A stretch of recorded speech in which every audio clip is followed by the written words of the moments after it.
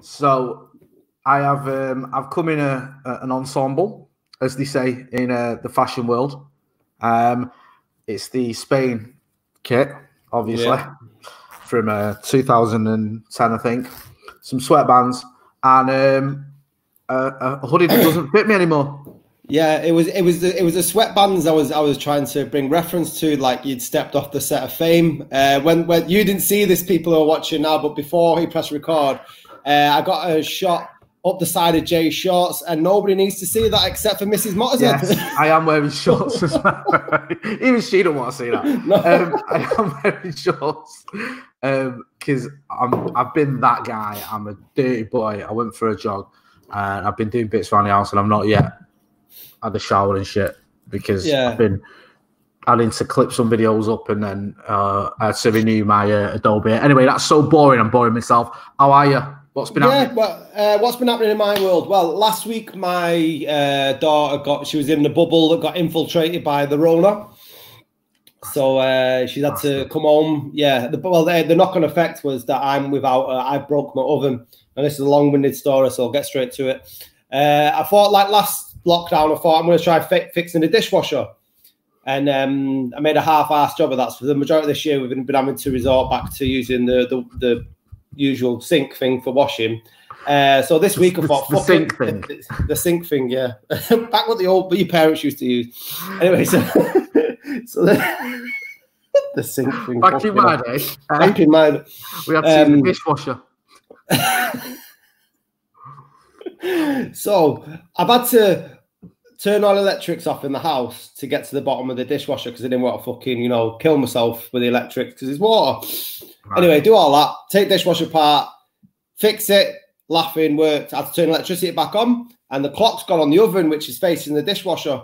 Now, the oven's had better days, but it's, I'm a Scrooge and I don't want to be spending a shitload of money on an oven this close, any day of the week, but this close to Christmas. Just eat raw food if the oven don't work. But the just go Japanese, mate. Yeah, exactly. Times are hard. So then the clock's gone on the oven. I can't fix the clock because the buttons have all fucking corroded because it's been there that long with the oil and shit. So what does smart ass go and do? Gets a screwdriver and inserts his screwdriver into the fucking oven. The electric shock that I didn't want to get from a dishwasher, I got from my oven. Boom! And I thought, fuck it. I honestly nearly wet my pants and other things. And now the oven's completely knackered, and I've just had to pay a fucking fortune to replace an oven, and the dishwasher's leaking again. I love that. I love the fact you've tried your hand at on the job, plumbing, heating, engineering, and electrical training on the job. Self-training yourself on the job for all three of those things with no expertise whatsoever, no advice, just a screwdriver. And do you know what? I'm going to wing this. I'll work this out. I'll sort this. And obviously it's not worked out, but I admire your ambition. Yeah, but Jay, I'm the guy that if a plane's going down and the pilot says like then the stewardess is running up and down the saying, "Can anyone fly a plane?" I'll be the one who I'll have a crack. I've done a few simulators and. Have you seen on the plane? How they give you the flight magazine and it shows you the map and everything on the plane? Yeah. And the pilot will come on and he'll tell you where they're going and how they're going. Like, so we're going to be flying up to 15,000 feet. We're going to be flying, north up to Scotland. Then we're going to veer west across, the Atlantic or whatever. And I remember once being on a flight with my dad years ago, and he started second guessing the pilot. When he was giving that advice, he's going, we're going to be traveling at 15,000 feet. We're going to be going west at Nova Scotia. And my dad was like, I don't like taking that route.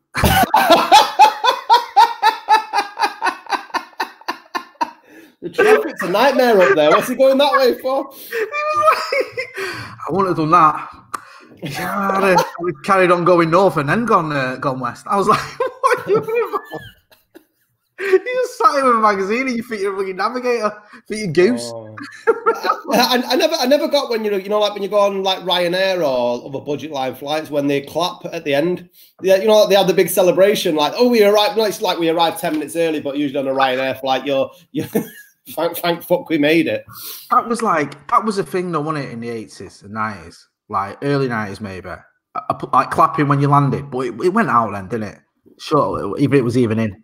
It still happens now. It's still a thing. I flew back. I flew back from Sicily in August, and they were still clapping. I don't know why we're coming back to a country that had higher pandemic rate, and then we just left. There's nothing to be fucking cheery about. Are you patient zero? Yeah. From Wuhan. Do you know I'm going to do that next time I go through fucking passport control. And where are you travelling from, Mr. Scott? Wuhan.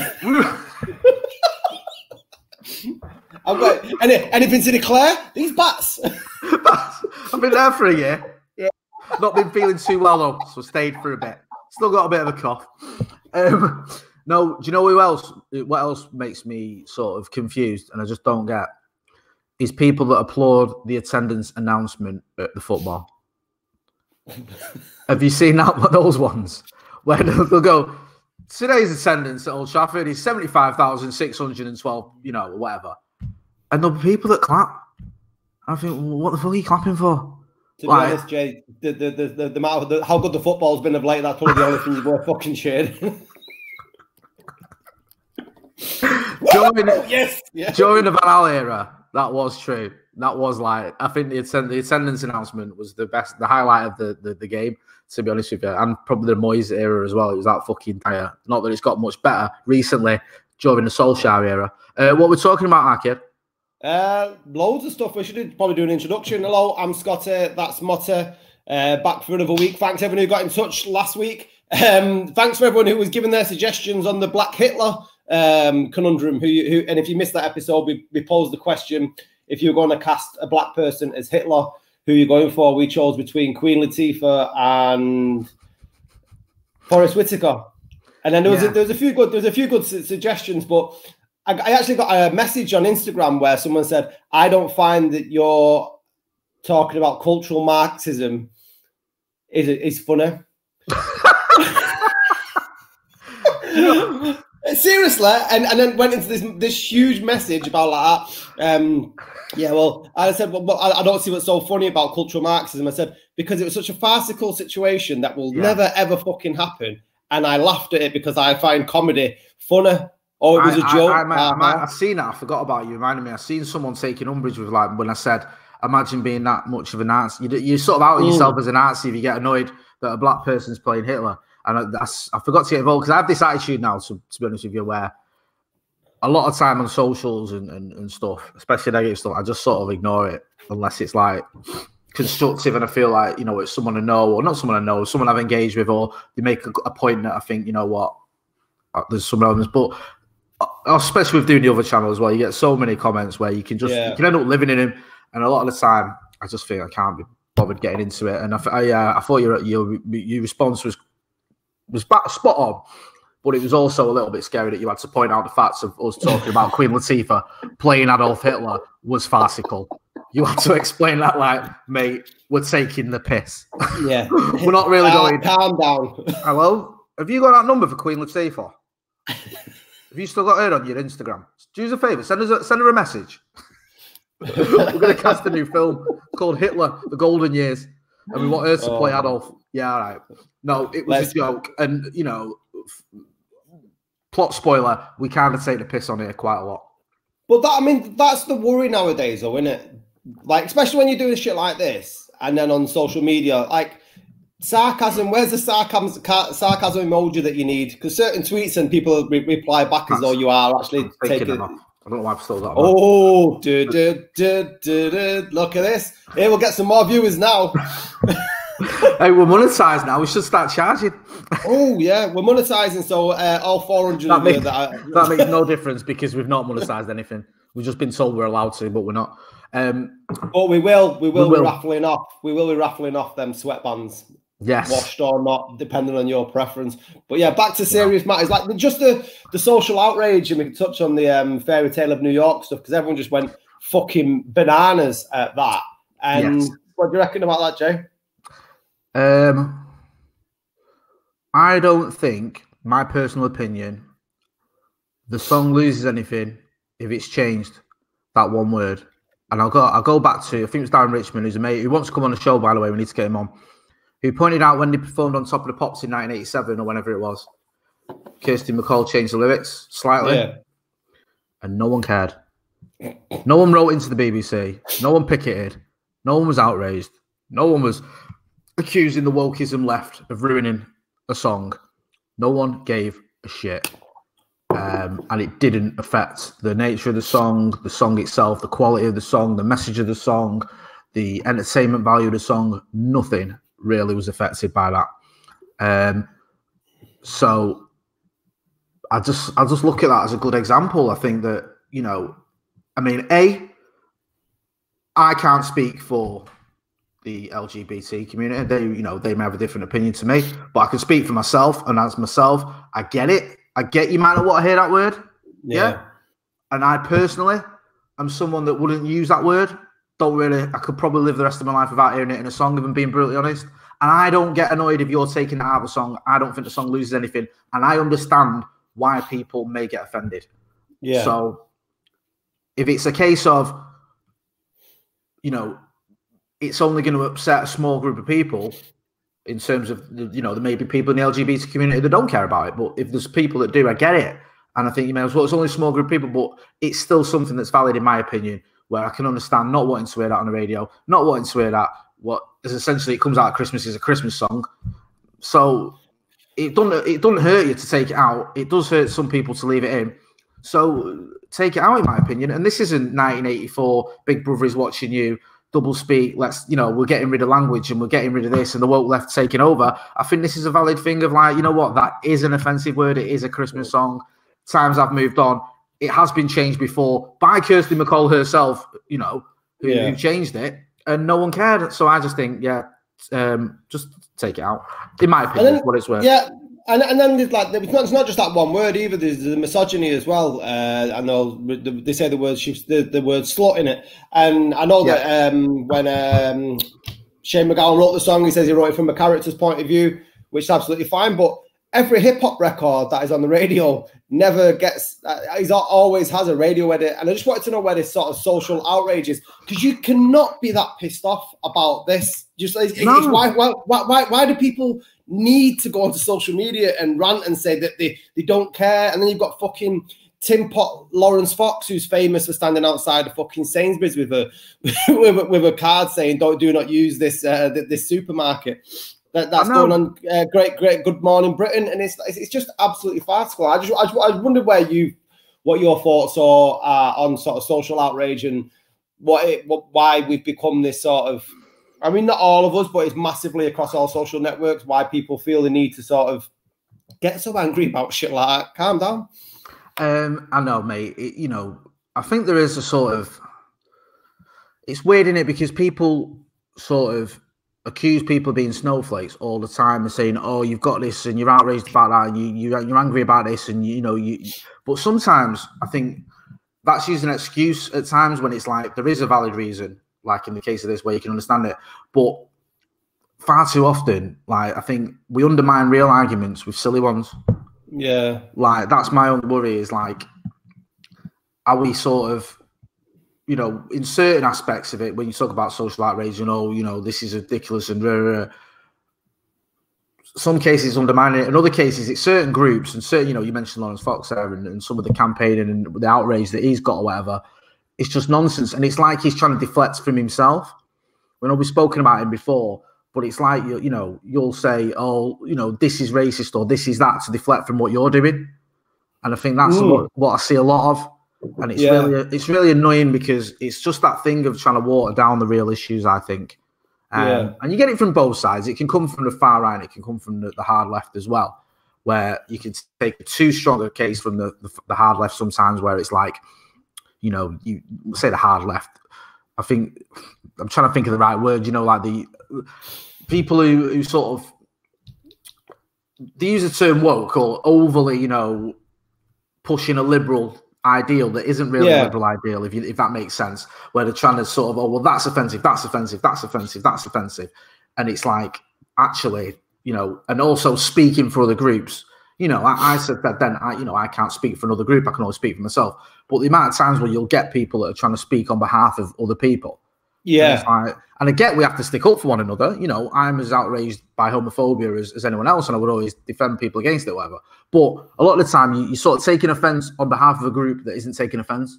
Yeah, definitely. Do you know what I mean? I mean, the whole when the whole sort of woke thing started, I thought it's a bit of a stupid term anyway. When people say I'm woke, that's a bit arrogant, that, as though your opinion is correct and valid on every single thing that you are walking a path that you have done absolutely no wrong, and it seems quite extreme when they do that. And then the flip side of it, people do not see the irony when they get outraged by other people's outrage, and do you know what I mean? It's just it's absolutely it's just fucking ridiculous. No, it is, mate. And like we keep going back to Lawrence Fox on this podcast, and I think I'm glad we do, because I think it's relevant. I'm not glad we do. I wish he'd crawl back under his fucking hell and go back to playing the sidekick of Inspector Morse's sidekick or whatever it is he was doing. But he's a prime example of it. He labels everything racist, or he says that. And that says that certain things are racist, then he says there isn't racism, and that sort of nonsense. It's just there's certain elements where, especially on the right, I'm gonna say it's hard left or far right, whatever, but we see it with these right wing commentators, where a prime example of this, I think, is, I know we're going to move on to this anyway, but now would probably be a good time to Priti Patel. What's happened with her? Now I've seen there was an article by Sarah Vine. In the Mail.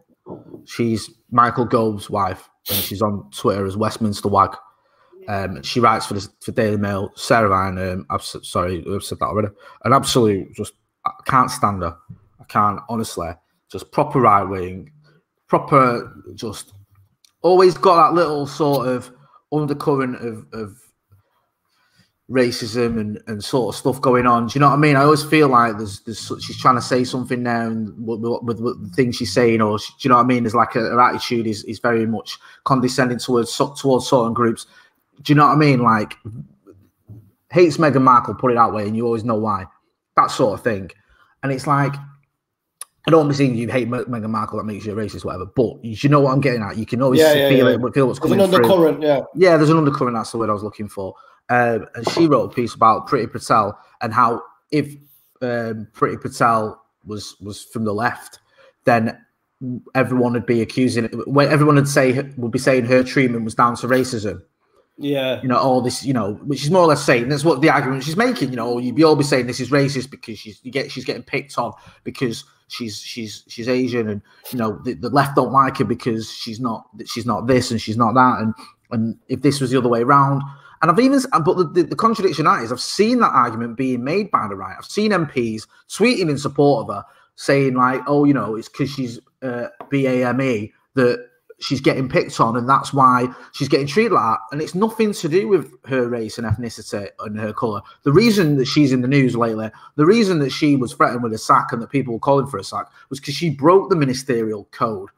Now, forgive me if I'm wrong, but I think this is the second time she did it. I think she did it with Theresa May and got sacked. She's done it again. And now, usually when that happens, you get sacked. That's it. Boris Johnson obviously circled the wagons. He's defended her, and she hasn't. She's been bullying, which is a pretty horrible thing to do, bullying people in the workforce. Apparently unintentional was the argument, unintentional bullying. So that either means you're proper thick, or you're that ignorant you don't notice what's going on around you. Because how you can be bullying someone and it be unintentional, I have no idea. You must have a modicum of intelligence, no matter what, to reach the level of Home Secretary. You must have some intelligence. You must know if you're shouting, screaming, and calling people names and they're getting very upset by it, that is bullying. So the whole unintentional bullying argument doesn't carry any weight. But going back to my original point, if you're going to say to people like, oh, well, this is just racist because she's Asian. All right, then, what part of this is happening purely because she's Asian? Where is that? Why is she under the spotlight, getting scrutinised, getting called for a sack purely based on her ethnicity? Show me that bit. Did the report find that she was only accused of bullying because she was brown? No. Did the report find that people reported her because she was brown? No. Did the report find that she only acted out when responding to people having a go at her because of her race or ethnicity? No. Her race and ethnicity has nothing to do with this argument. She bullied people because she's a nasty piece of work. Yeah. So the argument that, oh, well, this is, you know, it's because of a race is just complete nonsense. And the argument as well, the point that, oh, well, if she was on the, if she was part of the left, then the left would be calling out, this is all racism, this is all racism. A, the right have done it. And B, the argument you're doing there is, in fact, actually, you're using her race against her, or as an argument that's not right. So you're the ones that are doing that, not anyone else. And you know what? To be brutally honest, there are people, I know people that are disappointed in Priti Patel's actions. Priti Patel herself stood up in the House of Commons and said how she'd been called the P word when she was at school. She'd been the victim of racism. She understood it. She knew what it was like, which makes the fact she wants to deport immigrants when she's the daughter of immigrants. She wants to send them to an island somewhere. Even worse. So if you are going to bring race into it, then I would say it is disappointing that someone who's the daughter of immigrants treats immigrants so badly, that has such draconian ideas on how to deal with immigration. When by her own admission, her own parents wouldn't have been allowed into this country under her rules. Her parents who fled, Uganda, when Idi Amin threw out all the Asians in Uganda. So they were under threat. They came here and found, obviously did well and prospered, and more power to them. But under her rules, they wouldn't have been able to do that. And they may have well been left in a dangerous situation. So that's where a race comes into it. When people go, hang on a minute, is that not hypocritical? You're actually saying that these rules that you put in place and these measures would have harmed the very people that you're coming from. Yes, that's where race comes in. But don't think that the reason she's under investigation for bullying, or the fact that people are outraged she's not been sacked, has anything to do with the colour of skin, because it doesn't.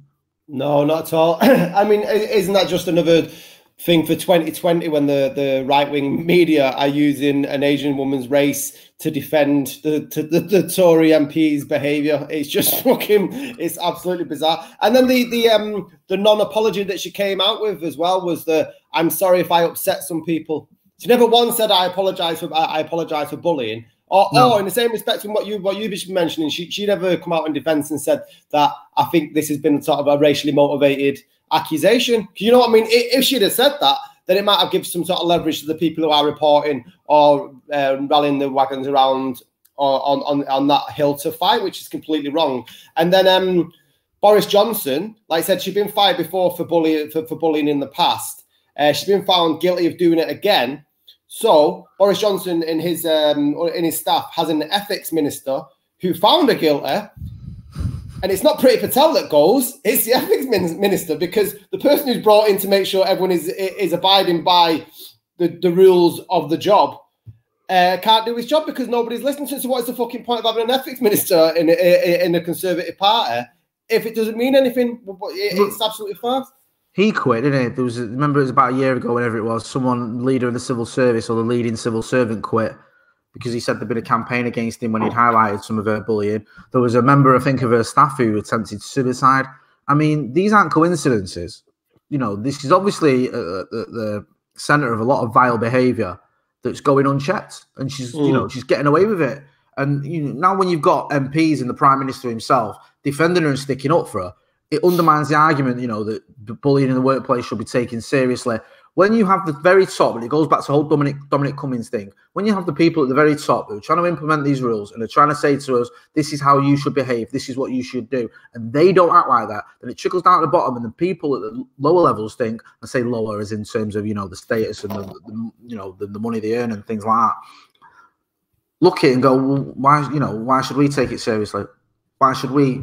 I'm not saying people are going to go out and start bullying, but if you're in a company and it's like you're meant to be taking bullying seriously, and then you're looking at the Prime Minister doesn't, then there's going to be people there that just think this is a farce.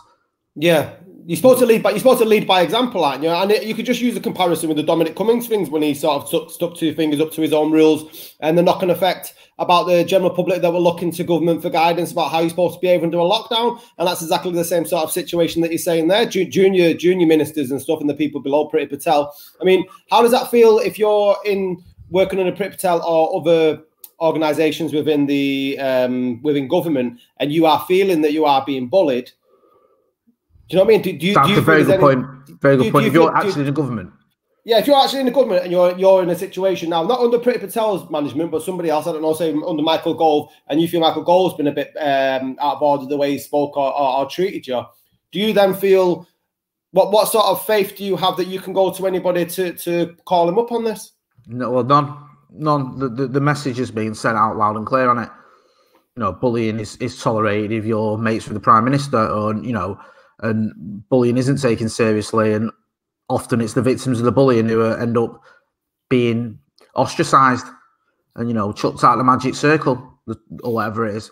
So I wouldn't, you know, I wouldn't be surprised if people now are just less confident of coming forward and are less likely to come forward and are going to feel even worse about their day-to-day work life if they have been a victim of bullying, because they're going to feel like, well, I can't go to anyone because I'm just going to be ignored, or even worse, I'm going to end up getting punished by you know, by coming forward. Punished, when I say punished, I don't mean, you know, taken to, you know, disciplinary action or whatever, but treated worse because I've come forward, because this is a government that doesn't take bullying seriously. And actually, what has been the most distasteful thing about all this is, in defense of Priti Patel, what they've done is they've defended her by saying, well, you know, sometimes she has to use harsh language, or she has to use language like this because she's trying to get the job done, because, you know, she's determined and she's, you know, doing such a great job and is enthused and energized and focused on changing things around and making us safe and moving this country forward, and she's got to do that, and she has to be quite sort of direct at times, and, you know, that's why she's the way she is, but she's doing a great job. You think that's not what you should be saying, you know, oh, because she wants to do a good job, she's got to treat people like dirt and they should just suck it up, because that's the message we've been given. Do you know what I mean? You can do a good job and have a team that supports you and works very hard for you by treating them fairly, not by treating them like something you've studied. So this whole argument that the only reason that this report has found what it's found is because she's such a hard-working, determined person who's, you know, her only sort of concern is for the good of the country, is an absolute disgrace. And what do you think Boris's reasoning was behind him not taking more disciplinary action, either sanctioning her or sacking her? Is it down to her being pro-Brexit and being part of that happy circle that she's in? Is there any other reason? Because there's rumours now that Boris and a lot of the backbenchers, he's losing a lot of faith from the Tory government. So is he trying to keep those that are in support of him as close as possible? Because if he was to lose Priti Patel, who's been a really vocal advocate of Brexit and Boris Johnson's power, if he loses her, then he sort of loses more of his sort of stranglehold and control of Parliament. Yeah, definitely. I think Priti Patel is definitely to the right of the party, isn't she? Do you remember her views on capital punishment when she was exposed on Question Time? We've seen that in his lot. She used to be an advocate of capital punishment, Priti Patel. This is how stupid she is.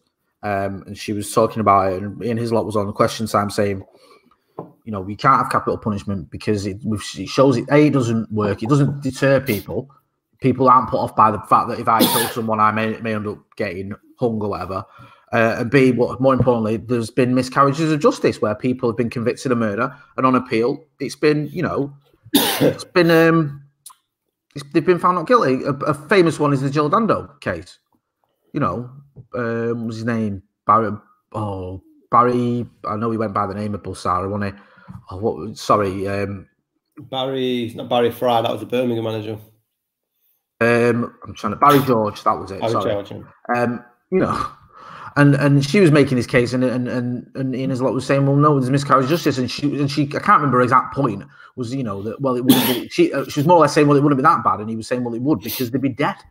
You know, these innocent people would have been put to death by the state. What's the worst that can happen in that situation? Like, you know, it wouldn't be that grim. Well, yes, they would be dead, and they were innocent. So, but I mean, Jay, if only like say out of 10 people, we killed 6 that were guilty, that's a good ratio in the capital punishment. You know, do you remember when Ali G interviewed that colonel, and he said, like, Ali G said to him, you know, to solve the problem in Northern Ireland, should we not just carpet bomb it? You know, and the colonel's like, no, you can't just carpet bomb the whole country to sort out the issues and kill the president, the ones you don't like or whatever. And he was like, why not? And that was like her thing. Well, why don't we just kill all the criminals or kill anyone we nick? And then that way that'll solve the problem. It's like, no, that doesn't work. And that's the sort of lunatic you were dealing with. And now she's the Home Secretary. And going back to what you were saying, you know, she's to the right of the party. Boris Johnson obviously is quite close to her. I think he needs that almost right-wing cabal that she's a part of on side. We know, I think they were called the ERG, I don't know if they're still going by that name, when it was the likes of Rees Mogg and one or two others who were very sort of pro-Brexit, undermined Theresa May at every turn, more or less ousted her, get Johnson in there. If you lose their support, especially when he's losing a lot of support from other Tories, a lot of the red wall Tories, I think the ones that have turned Labour seats to blue, are really worried about the way things are going. So if he was to lose his staunch right-wing support, then he could be in a little bit of trouble. I don't know how it would go down with them if he did sack her. I don't know if they'd all would have been outraged, but I'm guessing it was a political decision, not a ethical one. I don't think he weighed it up ethically and thought, oh, she don't deserve to go. I think it was politics, because the facts, as you said, of the chap in charge of ethics resigned says it all, really, doesn't it? Yeah, I was going to say it wasn't judged on ethics, because if it was, then he would have listened to the ethical minister that actually had to resign because he didn't feel like it was surplus to requirements. Let's move over to the red camp in view of impartiality. Jeremy Corbyn over this anti-Semitism that will not go away. How do you think Keir Starmer's dealt with everything this week? It's come under a lot of fire because Jeremy Corbyn sort of again did an apology. Was it an apology? The more Jeremy Corbyn's not been in power, the Labour government, the more I wasn't a big fan of him anyway, and I just wish that he'd allow Labour to sort of crack on and do their own thing now, rather than just hanging around in the background. But yeah, so Keir Starmer, he's apologising, but Keir Starmer won't allow him back into Labour. Is that correct? Yeah, I mean, he's took away the whip, hasn't he?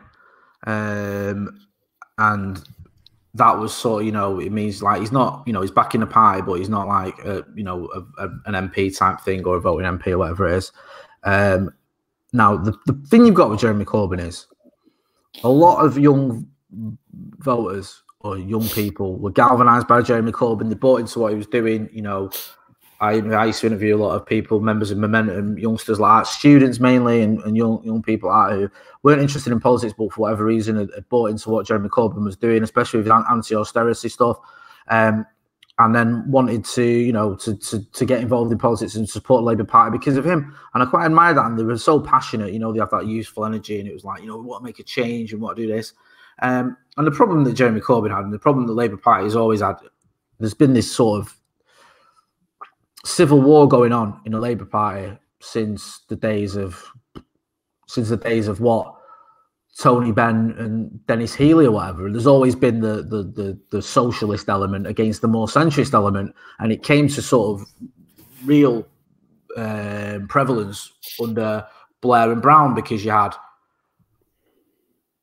Blair and Brown were both sort of New Labour, but there was a sort of faction, weren't there? Was the Brownites and the Blairites, and then those two didn't really get on a lot well. And then it was always sort of, there were a lot of infighting going on. Eventually, Blair steps down, Brown becomes in, and then it sort of carries on where you have like the more left-wing faction, the Corbyn types, the Diane Abbott, those types, and the more centrist faction,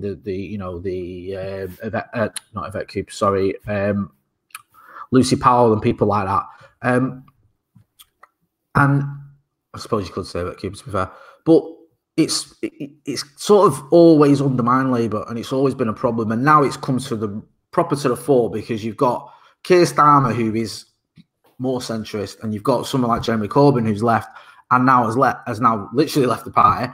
And a lot of Jeremy Corbyn supporters aren't staying with the Labour Party. They're saying, well, no, this is outrageous. This isn't socialist values. We don't really buy into what Keir Starmer's about. We don't think Jeremy Corbyn's anti-Semitic. So you're losing a lot of your support there. But the argument would be that, is that going to cost them anything in the next election 3 years down the line or whatever? Is that what should they do? Pander to these people, or should they do what they feel is right? Now, if they feel it's right that Jeremy Corbyn shouldn't be allowed back into the party or should have the whip removed, then so be it. Personally, I don't think Jeremy Corbyn is someone who is anti-Semitic as such that he thinks less of Jewish people than non-Jewish people, whatever. What I think the issue has been a failure by him to fully understand and fully grasp how members of the Jewish community felt about the Labour Party. I don't think he ever got his head around that. I think that was the problem. And I think part of the problem was because he felt like it was all personal sometimes. And he's probably thinking, this is a personal attack. I've got people saying that I'm personally anti-Semitic and I'm not. So this is all wrong. When what he should have done is taken himself out of it a little bit and thought, okay, it's not just about me. It's about this party. Yeah. It's about members of this party. It's about the words they're saying, their actions that they're undertaking. And it's difficult as well when you see it and you see the Tories are getting away with all sorts of anti-Semitism. We've seen it in the Tory party, Islamophobia. It's not getting addressed, and you're saying, "Well, look at what they're doing. It's it's worse," and no one's saying anything about it. Forget about that. Forget about yourself and whatnot, and what the Tories are doing. Just focus on why it is people don't feel like like Jewish members of the community or members of the Jewish community, sorry, don't feel like they're being given a fair crack of the whip, pardon the pun, with Labour, like they're being treated fairly, like Labour have got a grip of this anti-Semitism, why it's still going on. And it obviously was, we saw, I forget who's the MP, she was the MP, she joined the, what's it called, that change group. Reform, the one with Chucker. Yeah, Chucker. There was the one sec, mate. It was Reclaim. Yeah, it was. There was the Chucker Mumuna. He joined the Change UK. That was it, right? Luciana Berger. That was it. I was trying to think of a name. I think she got dogs abuse. I think she was pregnant as well. If memory serves. And she was getting all sorts of anti-Semitic abuse and all sorts because she spoke out about it and just vile comments and behaviour. And you've got to get a grip of this. You've got to get a grip of it hard and just say it's not on. And I think the problem that we had, like I said earlier, was Jeremy Corbyn was probably thinking, well, I'm not like this. And I've fought against racism and prejudice all my life, which he has. Yeah. And I'm seeing this and I'm like, this isn't right. But you're wrong. And they weren't wrong. People had genuine concerns. And I think that was the issue. He didn't quite get that because he was thinking more of himself and in terms of I'm being painted as this person I'm not, and this is all being overblown. So that's the way he's come at it. Keir Starmer's obviously come out another way and saying almost like a zero tolerance attitude towards it. Hence the reason Rebecca Long Bailey got sacked for retweeting a Maxine Peake article and not apologising or not deleting the tweet or whatever. He's very much gone the way of zero tolerance. And Jeremy Corbyn's at first, initially anyway, was like, this is being sort of blown out of proportion. So those two ideals or those two attitudes are just not going to match, are they? If one's saying it's zero tolerance, and the other one's saying, well, there's not really an issue there, then you can have a problem. And exaggerated, I think he said, didn't he, Jeremy? Yeah, sorry, that was it. Exaggerated. And I think you got to be careful with the language you use and how that people are going to perceive that. And obviously, it's not been taken very well by certain members of the Jewish community. And don't forget, though, a lot of people have spoken out in support of Jeremy Corbyn and said he's not anti-Semitic. You've seen Jewish people saying, no, Jeremy Corbyn's not anti-Semitic. I know that doesn't, my black friends say I'm not racist, whatever. But it's obviously like, there's something there that in the argument that he has stuck up for the Jewish community in the past, and he's always fought against racism. I think the problem for him is he hasn't got a handle on what's been going on in his party when he was leader. And I think the sort of the correct thing or the better thing for everyone would have been for him to say, there's lessons to be learned here or whatever. Yeah. Let's endeavour to learn them. But he didn't. He said what he said. Keir Starmer's done what he did, sorry. And now we have to see how this plays out, because this could be another civil war that, for me, worries me. When I say civil war, I just mean you can have different factions of the Labour Party undermining each other, like we saw in 2016, was it? When Jeremy Corbyn well could have ended up being Prime Minister if it weren't members of his own party that undermined him. We've had that report, haven't we? Whatever it was that came out and said there was parts of the Labour Party actively undermining the general election because they didn't want to see Jeremy Corbyn get in power, which is just ludicrous to me. Absolutely ludicrous. Do you not think that you make loads of good points there. I want to bring up a few of them, but for me, it was always the issue that you mentioned there, that he couldn't get out of his own way, where he was taking it as a personal attack. And that was, by and large, Jeremy Corbyn's downfall or fault as to maybe why the Labour Party didn't win. Because as much as he looks like a gentle old man who likes his allotment, peace, free, loving hippie in some ways, and I think that's what the young people bought into when he went to a place like Glastonbury and Leeds festivals and did these speeches. I think he's probably lost the young vote because he didn't get in and stuff anyway. I think that ship's passed. But because he can't see past that, and he's got that ego, because the numbers leading up to the election weren't good, and it was very evident that he wasn't going to get in. He could have stepped down and let somebody else run and give Labour a better crack at it. Now, if he really cares about the Labour Party and he can see how divisive his position is, whether he's got the whip or whatever Keir Starmer wants to do with him, but he still wants to hang around the Labour Party. If he can see that that's having a negative effect, surely, for the greater good of your party, then you step back and you tell your people that do support you that you're doing this to try and unite a Labour Party that is so heavily fractured. But then when you talk about how long this is in the tooth for the fractions between like Brown and Blair and Ben and Healy before that, where we are now as where the Labour Party are now, is it possible that the Labour Party can really work? Because when you've got the right wing, let's call it, when you've got like the Tory government, they are all by and large buy into the same sort of ideals. They don't have the split as much, or it's not as prevalent as you would see in the Labour Party. So that's why that machine is consistently successful. So now what I wanted to ask you is if you can really see that this Labour Party having this sort of divide and fractions. Does the Labour Party doesn't seem to exist from what I knew it was when I was growing up. And then now when you've got such a divide, is it possible to have a united Labour Party, or should it, is this sort of like a Labour centrist and then there is something else? Do you know what I mean? Can that broken ship really take over the Tory government regardless of their actions during the pandemic? I don't know. It's very difficult because, there's always been this sort of an argument almost that members of the left of the Labour Party hate the centrists in the Labour Party more than they hate the Tories, and vice versa. So, it's like me and you are fighting against, the Scousers, but we hate each other more than we hate the Scousers. So, do you know what I mean? It's like, it's never going to work. And that's been the problem, going back to your original point about Jeremy Corbyn as well.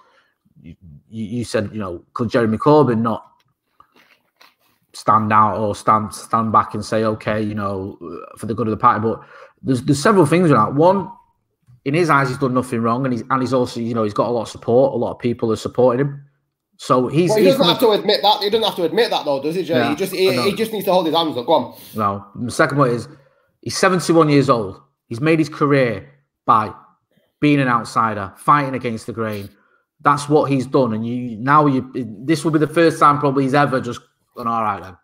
I don't think he's ever going to do that. He's not going to do it now at 71. This is the guy that was, getting arrested in the 80s was a constant thorn in Tony Blair's side.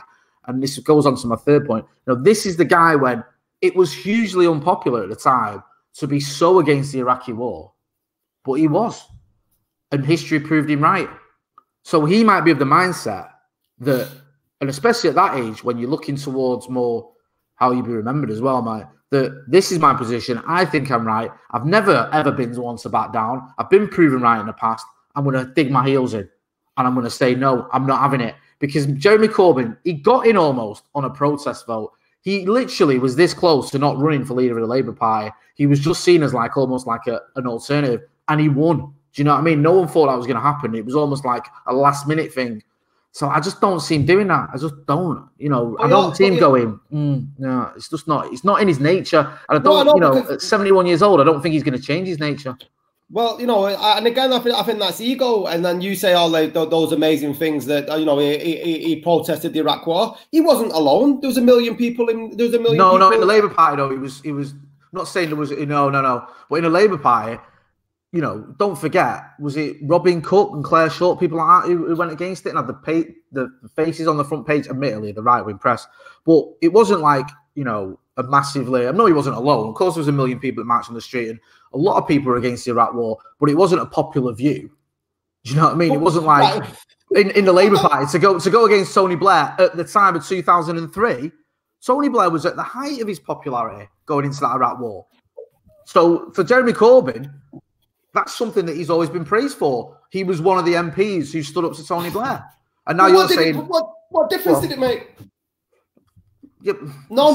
What difference did he make? It makes all the difference because you need to have your principles. You can't just say, "Well, I'll go along with it then," because what difference does it make? No. What difference has he made to British politics? Oh, he's made a massive difference. Massive difference. Jeremy Corbyn's made a massive difference to British politics. I'm not the biggest Corbyn fan, but it's naff to say he's not made a difference.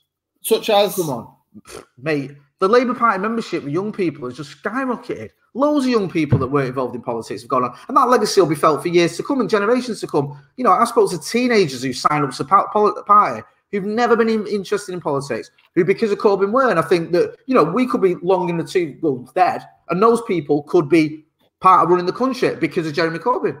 That's could, right? That's could that they well, could. No. They have joined the party. They have joined the party. But he's not that anymore. So let's not get ahead of ourselves and say what could happen later down the line. Hundreds of thousands of people joined the Labour Party because of Jeremy Corbyn. And how much did he lose the election by? How many Labour votes did Jeremy Corbyn lose? How much of the red wall and the north did Jeremy Corbyn? You're conflating losing votes with not making a difference in politics. But I'm saying by that rationale, anyone that's ever run and lost the election hasn't made any difference. What I'm saying is he's had more of a negative impact than, hasn't he? Keir Starmer's leader of the Labour Party right now because of Jeremy Corbyn.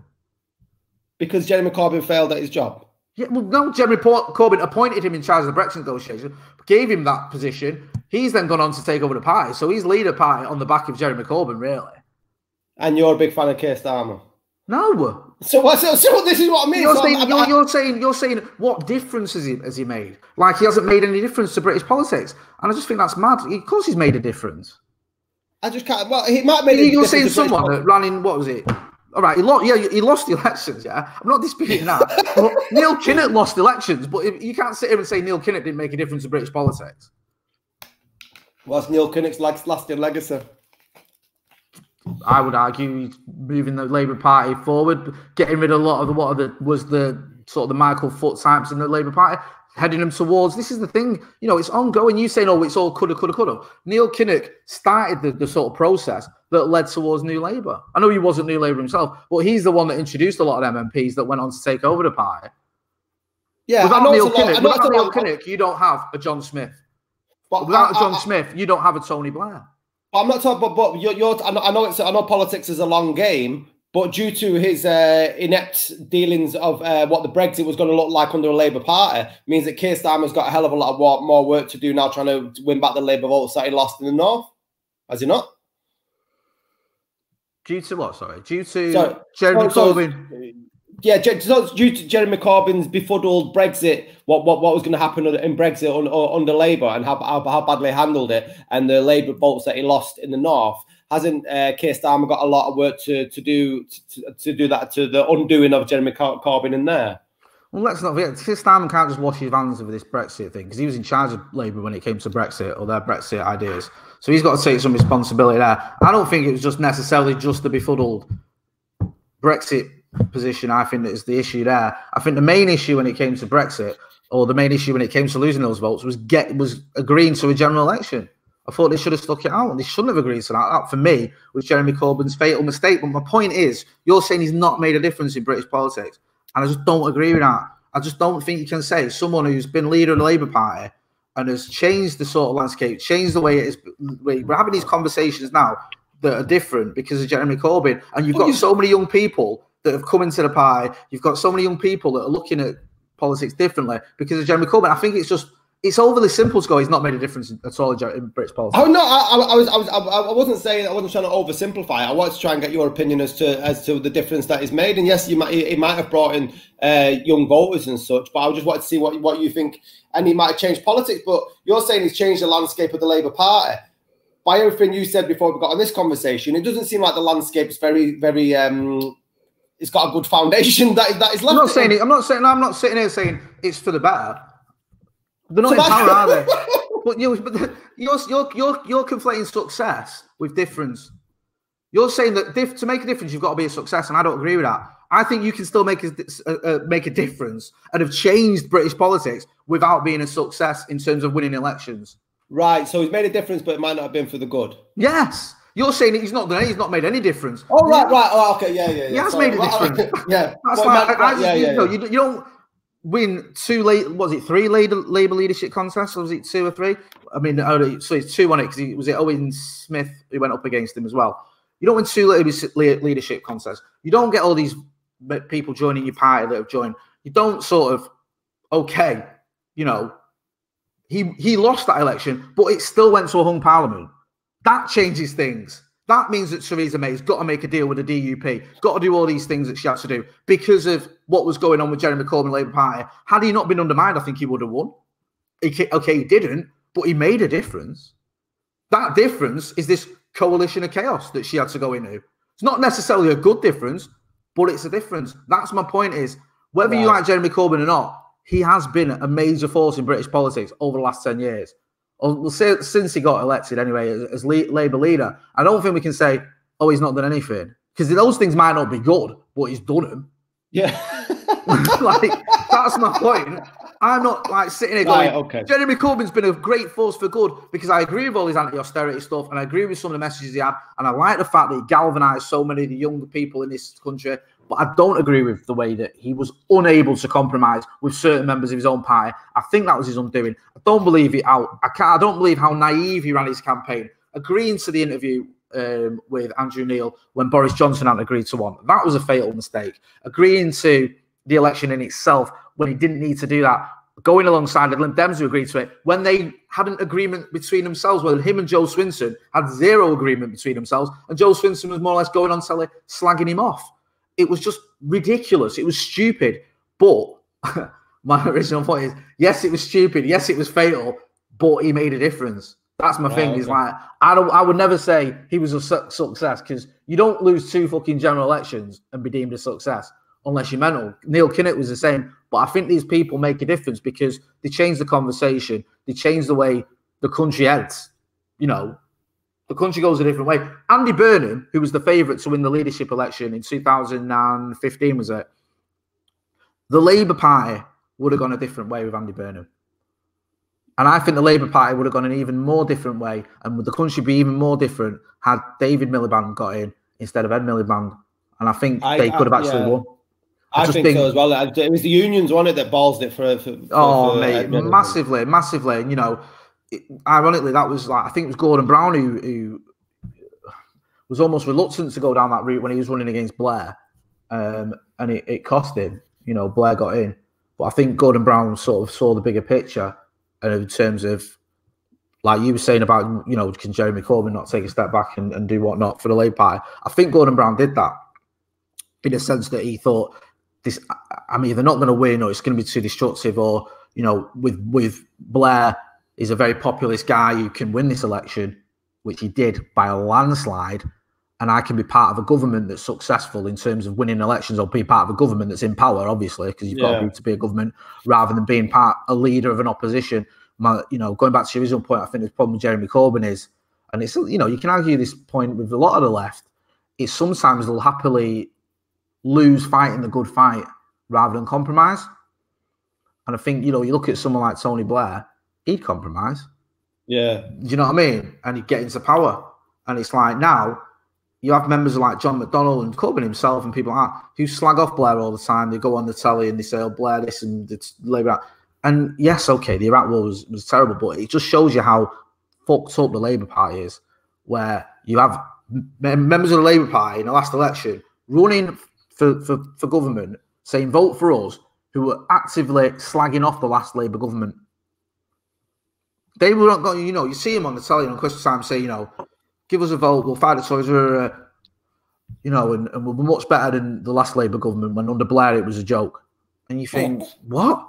Even the Tories don't do that. The Tories will defend like Margaret Thatcher and things like that and treat her like she's some sort of hero, and she was a fucking disaster.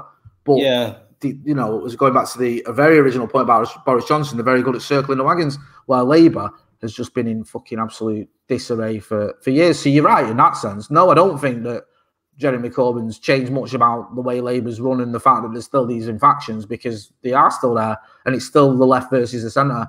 I just think he's one of them that, you know, like him or loathe him, I think, you know, you can't deny he's made a bit of a difference in, well, for me, over the last 5 years, has made a massive difference. I just think the sad thing is his legacy will be one of, as you pointed out, failure rather than any success. It was, you know, what he could have done. As you know, as you pointed out, what I said, what he could have done rather than what he did do. And to draw the line under that, Scotty will now do the worst Geordie impression you've ever heard. It's day 162 in the big bother house. Donald has still not left the building. Right. Then he goes, I like that Welsh one. Now do you Geordie one. I always thought I had a decent Geordie accent. Day 6. Is that not? Day 6 in the big brother house. I can't do it. No, mine's better than yours. Why I am on you? Day 6 in the big brother house. You've gone straight fucking Biker Grove there, man. I can't. It's hard to be fair. It's like, what is it? Day 160. Day 162 in the Big Brother house. Day 162 in the Big Brother house. Listen, anyone from Newcastle is watching this. I'm really sorry. We're both awful. You know, we've butchered your lovely accent with our Mancunian. I'm a big fan. I do like the Geordie accent. Yeah, anyway, I like the Geordies, but we can go down. Apologies. Yeah, we can. We can go. I'm sorry, Bobby Robinson. Bobby Robinson. Bobby Robinson.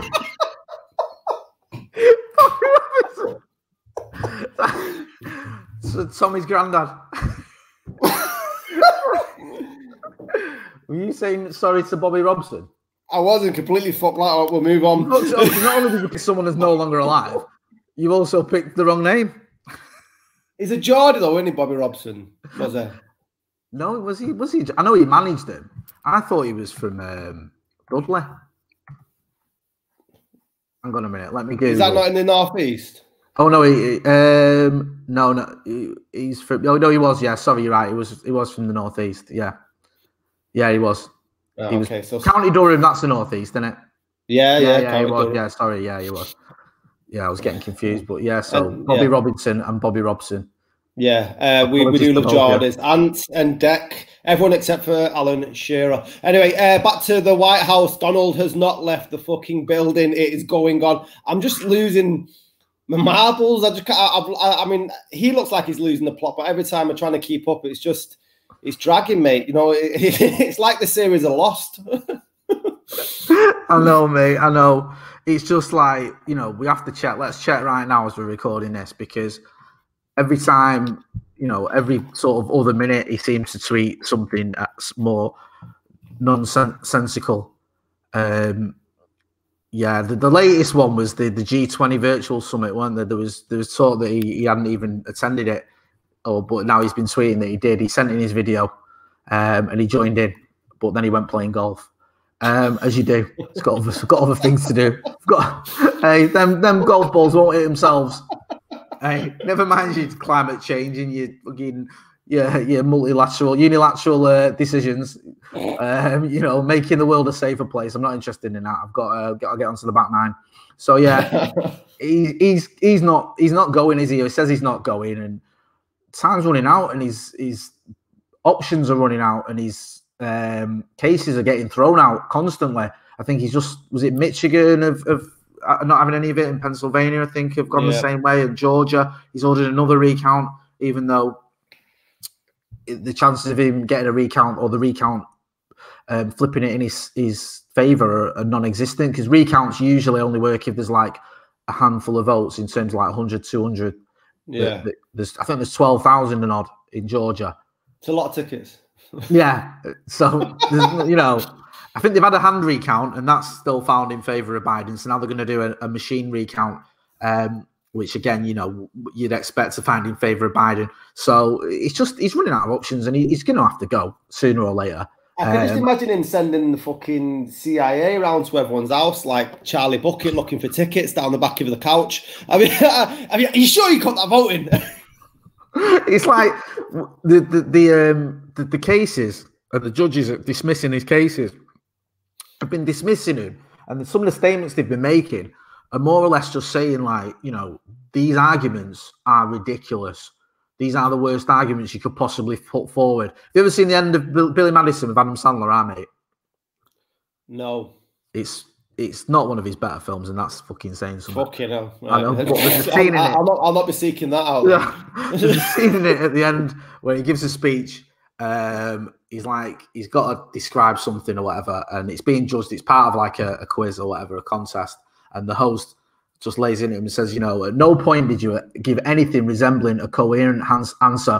All of us are a little bit dumber for having listened to you for the last 2 minutes, and may God have mercy on your soul. And it's like that with these judges. They're just like ripping these arguments to pieces, saying, you've not even given us any evidence. And it's like, I'm almost offended that I've had to try this case because it's so ridiculous. It's nonsense. There's no evidence. Your arguments don't make any sense. And this is just a complete farce. It's been that sort of thing.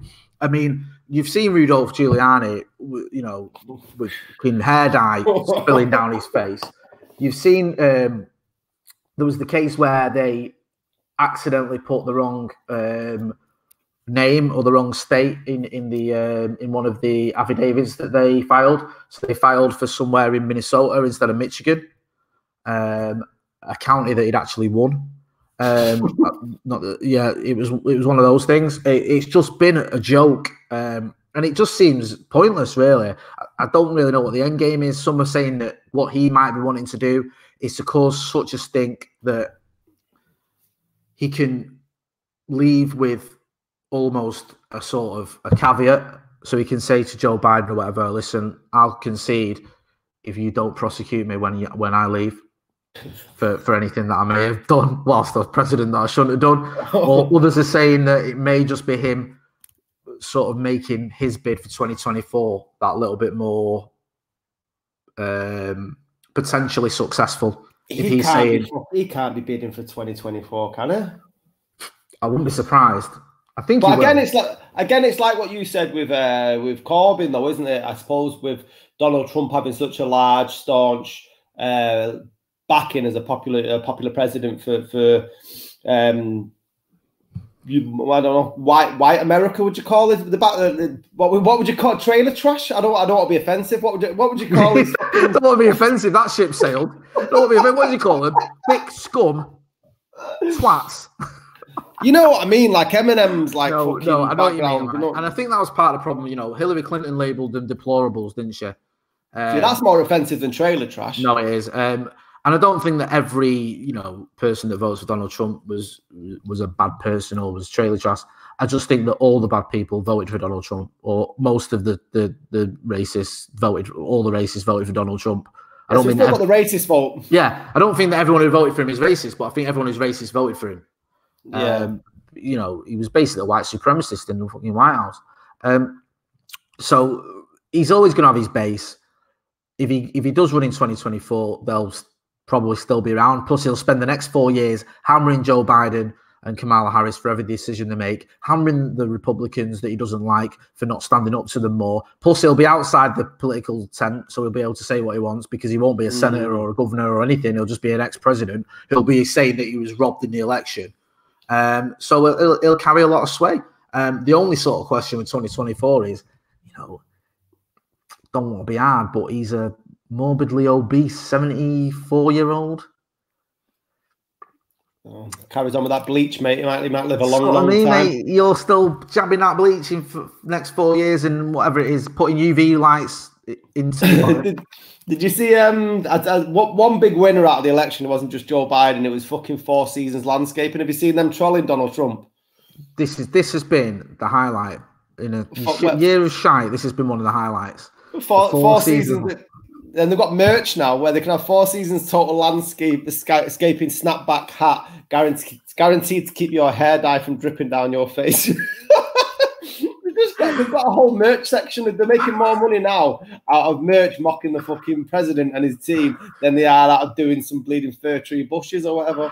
Satire's dead, isn't it? Satire. Do you know what I mean? Like, if the Veep did that, like, oh, she's going to give a speech and they're going to get the Four Seasons mixed up, people would be like, this group's gone too far, man. This is ridiculous. And that'd never happen. And yeah, that's what happened. And like the thing with the hair dye rolling down his face. I know. Where do you did that? Now, like, what's Armando Iannucci going to do after this? That's what I mean, man. It's like he can't, there's nowhere left for him to go, is there? Because it's just the most ridiculous satire and the funniest is actually unfolding in real life with this, this nonsense. Have you seen the other thing as well? Like one of the lead attorneys in his case, who's been like one of his most vocal supporters and has been tweeting out all sorts of stuff. And she was the one stood behind Rudy Giuliani when he was dripping hair dye. They've dug out her post from 4 years ago where she was absolutely slagging off Trump and his supporters and saying they're all cultists who will listen to whatever he says no matter how megalomaniac he is, how much of a megalomaniac he is and all this. And she was, let me see if I can dig it out quickly. I know we're nearly done. But I think it was Mehdi Hassan who was excuse me, was tweeting out before. There it is. Yeah, she was tweeting out loads of stuff, just sort of slagging off anyone that's been critical of him, saying that you know, that they're anti-American and all this, and he's gonna you know, she called someone having a micro penis who slagged off Trump. And then 4 years ago, General Ellis is her name.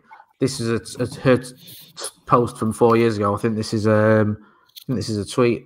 I could spend a full-time job just responding to the ridiculously illogical, inconsistent, and blatantly stupid arguments supporting Trump. But here's the thing. His supporters don't care about facts or logic.